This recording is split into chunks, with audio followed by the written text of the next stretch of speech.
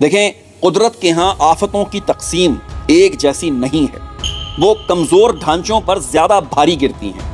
مثال کے طور پر اگر زلزلہ آتا ہے تو محل اور جھونپڑی دونوں ہلتے ہیں، مگر ڈھیر کون ہوتا ہے؟ ظاہر ہے جھونپڑی۔ ایک اور مثال لیجیے، بارش برستی ہے تو پانی ہر چھت پہ پڑتا ہے، مگر ٹپکتی صرف وہی چھتیں ہیں جن میں پہلے سے ہی سوراخ ہو۔ سمجھے؟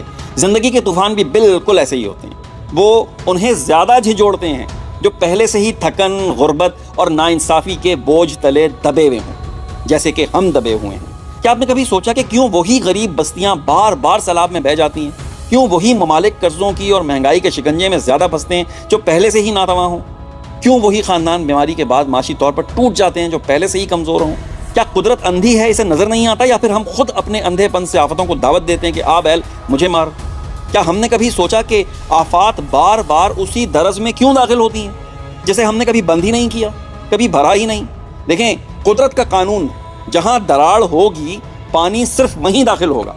زندگی میں بھی یہی اصول ہے، کمزوریاں جہاں ہوتی ہیں نا، آفتیں اسی جگہ پر نشانہ لگاتی ہیں۔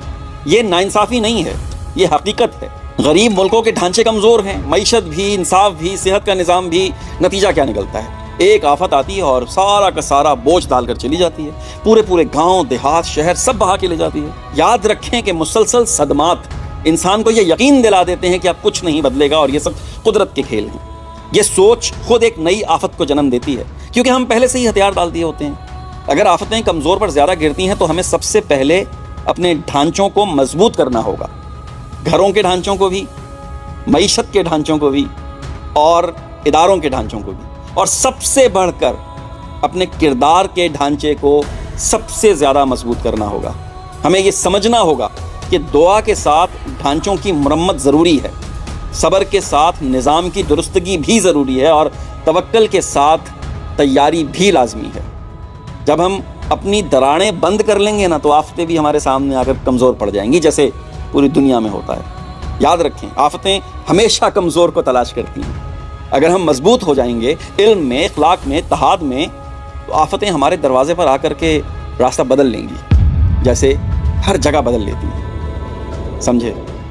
نہیں سمجھے؟ کوئی بات نہیں۔ آپ دیکھ رہے ہیں P4 پاکستان، اور مجھے کہتے ہیں عاطف مسعود۔ دیکھتے رہیے، شکریہ۔